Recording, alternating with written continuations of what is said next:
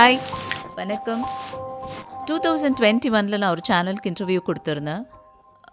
Mrs South India title win பண்ண பற்றியும், நான் பொட்டிக் பிஸ்னஸ் ஸ்டார்ட் பண்ணி ரன் பண்ண ஸ்டோரி பற்றியும் அவங்க கேட்டிருந்தாங்க. அவங்களுக்காக நான் ஒரு இன்டர்வியூ கொடுத்துருந்தேன். அந்த இன்டர்வியூவோட வீடியோவை நான் இங்கே வந்து போஸ்ட் பண்ணுறேன்.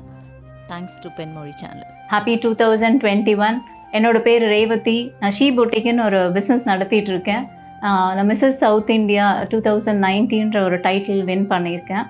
நான் வந்து 20 இயர்ஸாக நடத்திட்டுருக்கேன். இது நான் வியூவர்ஸ்க்கு என்ன சொல்ல விரும்புகிறேன் அப்படின்னா, பொட்டிக் அப்படிங்கிற ஒரு விஷயம் என்னதுன்னா, நம்ம போடுற ட்ரெஸ்ஸஸை வந்து நம்ம எவ்வளோ அழகாக அதை நம்ம போட்டுக்கிறோங்கிற ஒரு டேஸ்ட்டில் வந்து நம்ம அதை வச்சு ஒரு பிஸ்னஸாக ஸ்டார்ட் பண்ணணுன்ற ஒரு மோட்டிவேஷனில் தான் நான் இதை ஆக்சுவலாக ஸ்டார்ட் பண்ணேன். நான் வந்து சீக்கிரமாக எனக்கு என்னோடய பேரண்ட்ஸ் எனக்கு கல்யாணம் பண்ணி கொடுத்ததுனால என்னால் எந்த ஒரு ஜாபுக்கோ எதுக்கும் போக முடியாதனால ஏதாவது ஒரு பிஸ்னஸ் ஸ்டார்ட் பண்ணலாம். அட் த சேம் டைம் ஃபேமிலியும் அஃபெக்ட் ஆகாமல் இருக்கிற மாதிரி ஏதாவது ஒரு பிஸ்னஸை ஸ்டார்ட் பண்ணணும் அப்படின்னு யோசித்தப்போ, ஏன் நம்ம வந்து ஒரு யூனிக் ட்ரெஸ்ஸஸ் நம்ம ஏதாவது டிஃப்ரெண்ட்டாக எதாவது எடுத்து பண்ணுவோம். ஏன்னா நான் வந்து யூனிக்காக இருக்கணும் அப்படின்னு நினைக்கிறேன். நிறைய லேடிஸ் அப்படி தான் நம்ம நினைப்போம். நம்ம வந்து தனியாக தெரியணும், தனித்துவமாக தெரியணும் அப்படின்னு நினைப்போம். ஸோ அந்த மாதிரி இருக்கும்போது நம்ம அந்த மாதிரியான ட்ரெஸ்ஸஸை நம்மளே டிசைன் பண்ணி நம்ம ஏன் சேல் பண்ணக்கூடாதுன்னு சொல்லி நான் ரொம்ப ஒரு சின்னதாக முதலீடு போட்டு ஒரு சின்னதாக ஸ்டார்ட் பண்ணேன். ஹார்ட்லி ஒரு 4 சல்வார்லேருந்து ஆரம்பித்தேன். ஏன்னா பத்திக் வந்து நியூ டிசைன்ஸ் ஆஃப் பத்திக் பிரிண்ட்ஸ் வந்து டிசைன் பண்ணி அது ஸ்டார்ட் பண்ணேன். அப்படி தான் ஒரு சின்ன லெவலில் வீட்டிலேருந்தே ஆரம்பித்தேன். எடுத்த உடனே நம்ம வந்து பெரிய ஷோரூம் வச்சு அப்படிலாம் எந்த பிஸ்னஸை நான் ஸ்டார்ட் பண்ணல. 20 இயர்ஸ்க்கு முன்னாடி அப்படி ஸ்லோவாக ஆரம்பித்து அது யூனிக்காக இருந்ததுனால எனக்கு வந்து ரீச் டுவர்ட்ஸ் த லேடிஸ் வந்து ரொம்ப ஃபாஸ்ட்டாக இருந்தது. கொஞ்சம் டிஃப்ரெண்ட்டாக, எப்பயுமே லேடிஸ் மைண்ட் செட் வந்து டிஃப்ரெண்ட்டாக இருக்கணும் அப்படின்னு நினைப்பாங்க. ஸோ அந்த மாதிரி இருந்ததுனால எனக்கு it was easy to go on with the business வந்து கொஞ்சம் ஈஸியாக இருந்தது. அப்படி நான் வீட்டில் இருந்து கொஞ்சம் கொஞ்சமாக ஸ்டார்ட் பண்ணி அப்புறம் வீட்டையே வந்து கடையாக கன்வெர்ட் பண்ணேன். ஏன்னா ஃபேமிலியும் லேடிஸ் வந்து நம்ம ஃபேமிலியும் பிஸ்னஸையும் நம்ம மேனேஜ் பண்ணோம் அப்படிங்கிற ஒரு இதனால நான் வீட்லேயே ஸ்டார்ட் பண்ணி டெவலப் பண்ணேன். அதுக்கப்புறம் அதுக்குள்ளேயே டெய்லரிங் நிறைய பேர் வந்து டெய்லரிங் யூனிட் வந்து நிறைய பேர் கேட்டிருந்தாங்க.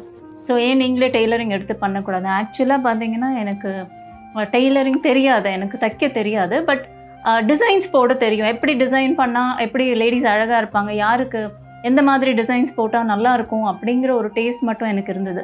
ஸோ அதை நானே டெவலப் பண்ணி நான் வந்து டெய்லர்ஸை நானே அப்பாயிண்ட் பண்ணி இதை அவங்களுக்கு டிசைன்ஸை சொல்லி ஸ்டார்ட் பண்ணேன். என்ன ஒரு விஷயம்னா, என்னோடய ஃபேமிலியில் வந்து யாரும் பிஸ்னஸ் பீப்புள் கிடையாது. எனக்கு கைட் பண்ணி இப்படி தான் போகணும் அப்படி தான் போகணும் அப்படின்னு எனக்கு சொல்லித்தரத்துக்குலாம் ஆள் கிடையாது. ஸோ நானே வந்து எப்படி பிஸ்னஸில் அடிபட்டு நல்லது கெட்டது எல்லாமே அதில் எக்ஸ்பீரியன்ஸ் ஆனேன். ஸோ டெய்லரிங் வந்து நமக்கு தெரியாததுனால நம்ம எப்படி இதை பண்ண முடியும் அப்படின்னு நினச்சேன். பட் நம்ம போடுற டிசைன்ஸ் வந்து ரொம்ப கஸ்டமர்ஸ்க்கு பிடிச்சதுனால இன்னும் ஃபர்தராக என்னால் கொண்டு போக முடிஞ்சுது. கொண்டு போனேன். அது அப்படி போனதுனால என்னால் வந்து ஷாப் வந்து ஒரு கமர்ஷியலாக ஒரு ஷாப் வந்து என்னால் ஸ்டார்ட் பண்ண முடிஞ்சுது. கமர்ஷியலாக ஒரு பிரான்ச் ஆரம்பித்தேன். அந்த டைமில் என்னோடய பிள்ளைங்க வந்து கொஞ்சம் வளர்ந்ததுனால என்னால் ஒரு கமர்ஷியல் ஷாப் வச்சுட்டு ஃபுல்லாக அதுக்குள்ளே கான்சென்ட்ரேட் பண்ண முடிஞ்சுது. அதுக்கப்புறம் வித்தின் 4 to 5 years ஒரு another செகண்ட் பிரான்ச் ஓப்பன் பண்ணேன். அங்கே ஓப்பன் பண்ணி 2 பிரான்ச் ஓப்பன் பண்ணி 2 tailoring unit by God's grace சக்ஸஸ்ஃபுல்லாக ஷீ பொட்டிக் அப்படிங்கிற ஒரு பேரில் வந்து சக்ஸஸ்ஃபுல்லாக எடுத்துகிட்டு போயிட்டுருக்கேன். அது 2 பிரான்ச்சும் இன்றைக்கி நல்லா போயிட்டுருக்கிறதுக்கு ஒரே ரீசன் என்னென்னா, கமிட்மெண்ட் டுவர்ட்ஸ் த கஸ்டமர். அதே மாதிரி கஸ்டமர்ஸ்க்கு நம்ம நல்லதாக கொடுக்கணும் அப்படிங்கிற ஒரு தாட் நமக்கு எந்த பிஸ்னஸாக இருக்கட்டும், அது இதுதான் கிடையாது. ஸோ எந்த பிஸ்னஸ்னாலுமே நான் என்னோடய எக்ஸ்பீரியன்ஸில் நான் என்ன சொல்லுவேன்னா, customer satisfaction is more important.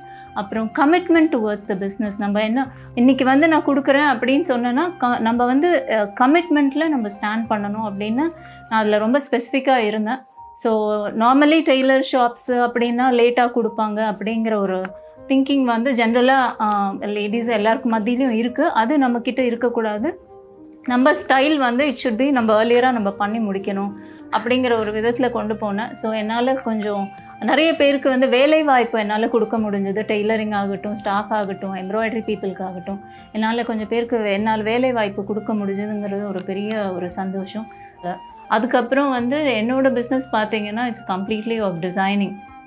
So இந்த மாதிரி பொட்டிக் பண்ணணும் அப்படின்னு நினைக்கிறவங்க, அந்த மாதிரி இருக்கிறவங்களுக்கு நான் கொடுக்குற சின்ன டிப்ஸ் என்ன அப்படின்னா, நம்ம நிறைய வந்து டிசைனிங்க்கு வந்து அதை நிறைய நம்ம அதோட அந்த இன்ட்ரெஸ்ட்டை நமக்குள்ளே நம்ம டெவலப் பண்ணிக்கணும் அப்படின்னு தான் ஃபீல் பண்ணுறேன்.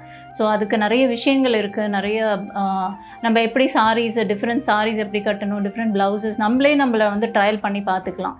அதுக்கு வந்து நம்ம கஸ்டமருக்கு தான் ட்ரையல் கொடுக்கணும் இல்லை, நம்ம ட்ரையல் அண்ட் எரர் எடுத்து அது எப்படி சூட் ஆகுது, எப்படி பண்ணால். ஏன்னா டெய்லரிங்கை பொறுத்த வரைக்கும் நம்ம டிஃப்ரெண்ட் டிசைன்ஸ் வந்து நம்ம ட்ரையல் அண்ட் எரர் எடுத்தால் நம்ம கஸ்டமருக்கு சொல்கிறதுக்கு இன்னுமே ஈஸியாக இருக்கும் அப்படிங்கிற அதுதான் நான் ஃபீல் பண்ணுறேன். ஸோ இன்றைக்கி பிஸ்னஸ் இவ்வளோ தூரம் கொண்டு வந்துட்டு நான் மிஸ்ஸஸ் சவுத் இந்தியா 2019 அப்படிங்கிற ஒரு ஈவெண்ட் வந்து நான் பார்ட்டிசிபேட் பண்ணி நான் அந்த டைட்டிலில் வின் பண்ணேன் அப்படின்னு சொல்கிறதுல ரொம்ப சந்தோஷப்படுறேன். அது டெல்லியில் நடந்தது. பிரெஸ்ட் கேன்சர் அவேர்னஸ்க்காக டெல்லியில் ஒரு ஈவெண்ட் வந்து நடந்தது. அதில் வந்து நான் Mrs South India event win பண்ணேன். ப்ளஸ் பெஸ்ட் விமன் ஆண்டர்ப்ரனர் அப்படின்னு சொல்லி ஒரு அவார்டையும் வின் பண்ணியிருக்கேன். மிஸ்ஸஸ் சவுத் இந்தியா 2019 நான் வின் பண்ணேன் அப்படின்னு நான் உங்களுக்கு எல்லாருக்கும் சொன்னேன். அதை பற்றி சில விஷயங்கள் நான் ஷேர் பண்ண விரும்புகிறேன். 48 வயசில் ஆக்சுவலாக நான் வந்து மிஸ்ஸஸ் சவுத் இந்தியா அப்படிங்கிற ஒரு ஈவெண்ட்டை பார்ட்டிசிபேட் பண்ணேன். என்ன இதில் நான் சொல்ல வரேன்னா, ஏஜுங்கிறது ஜஸ்ட் நம்பர் தான். வயசுங்கிறது எதுக்குமே தடை அப்படிங்கிறது கிடையவே கிடையாது. 48 வயசில் ஏன் மேடம் நீங்கள் போனீங்க அப்படின்னு கேட்டிங்கன்னா, எனக்கு ஒரு ஆப்பர்ச்சுனிட்டி வந்தது. ஒன் ஆஃப் அ ஃப்ரெண்ட் வந்து சொன்னாங்க, நீங்கள் ஏன் வந்து போகக்கூடாது, ஏன்னா நம்ம ஏஜ் டைமில் நம்மளோட ஃபேமிலி டியூட்டி அப்படின்னு பிஸியாக இருந்துட்டோம். இப்போ கொஞ்சம் ஃப்ரீயாக இருந்தேன். ஸோ நீங்கள் ஏன் 48 இயர்ஸ் கேட்டகரியில் நீங்கள் வந்து பார்ட்டிசிபேட் பண்ணக்கூடாது அப்படின்னு கேட்டாங்க. என்னால் முடியுமா அப்படின்னு யோசித்தேன். இல்லை மோட்டிவேட் பண்ணி கண்டிப்பாக உங்களால் முடியும் அப்படின்னு சொல்லி மோட்டிவேட் பண்ணாங்க. ஸோ அப்போது நான் வந்து இங்கே ஒரு 10 days வந்து ப்ராக்டிஸில் இருந்தேன். தட் இஸ் ரேம்ப் வாக்லாம் என்னன்னு கூட தெரியாது.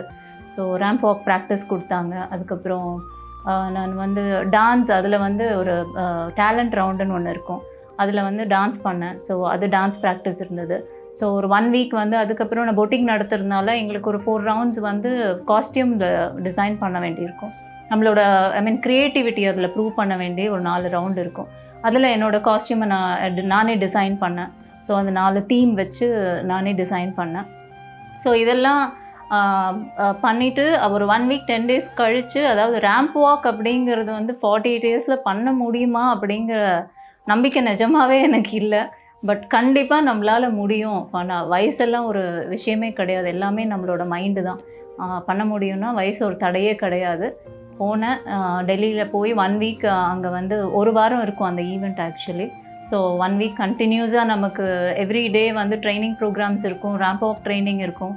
அதாவது எல்லா வயசுக்காரங்களும் அங்கே இருப்பாங்க. இட் ஸ்டார்டட் ஃப்ரம் 25 to 52 வரைக்கும் இருப்பாங்க.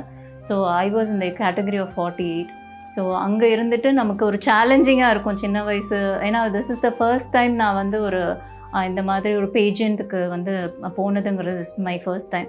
ஸோ அங்கே போயிட்டு எனக்கு இட் கேவ் ஒரு டிஃப்ரெண்ட் எக்ஸ்பீரியன்ஸாக இருந்தது. இந்த ஏஜில் நம்ம போய் பண்ணி அவங்களோட ஈடு கொடுத்து, சின்ன பசங்க அவங்களோடையும் நம்ம ஈடு கொடுத்து ரேம்ப் வாக் பண்ண முடியும் அப்படிங்கிறது வந்து ரொம்ப சேலஞ்சிங்காக இருந்தது. ஒரு நல்ல ஒரு எக்ஸ்பீரியன்ஸ் கிடச்சிது. அந்த அவார்டு அப்படிங்கிறது கண்டிப்பாக அதை பற்றி நான் சொல்கிறத விட எனக்கு கிடைச்ச எக்ஸ்பீரியன்ஸும், அங்கே வந்து கிடைச்ச டிஃப்ரெண்ட் நிறைய ஸ்டேட்டில் இருந்து கிடைச்ச ஃப்ரெண்ட்ஸு, அதெல்லாமே இன்னும் நான் அந்த ஃப்ரெண்ட்ஷிப் எல்லாம் இன்னும் நான் மெயின்டைன் பண்ணிகிட்ருக்கேன். அதில் நிறைய ரூல்ஸ், ரெகுலேஷன், டிசிப்ளின் எல்லாம் ஃபாலோ பண்ண சொல்லுவாங்க. ஸோ அதெல்லாம் நமக்கு ஒரு எக்ஸ்பீரியன்ஸை கெயின் பண்ணி கொடுத்ததான் நான் ரொம்ப அதை ஃபீல் பண்ணுறேன். அண்டு ஸோ என்னென்னா, நான் திரும்ப என்ன சொல்கிறேன்னா, வயசு அப்படிங்கிறது வந்து யாருக்குமே தடைக்கல் கிடையாது. நம்ம வந்து சாதிக்கணும் அப்படின்னு முடிவு பண்ணிட்டோம்னா வயசு கண்டிப்பாக வந்து ஜஸ்ட் அ நம்பர் தான். நம்ம மைண்டில் வந்து சாதிக்கணும் அப்படிங்கிற டெசிஷனை எடுத்துகிட்டு நம்ம பாட்டுக்கு மூவ் பண்ணிட்டு போக வேண்டியது தான். இதுதான் நான் வந்து சொல்ல விரும்புகிறேன். திரும்பவும் நான் சொல்லிக்கிறேன், நம்ம எல்லா பெண்களுமே இங்கே சாதிக்க பிறந்தவர்கள் தான்.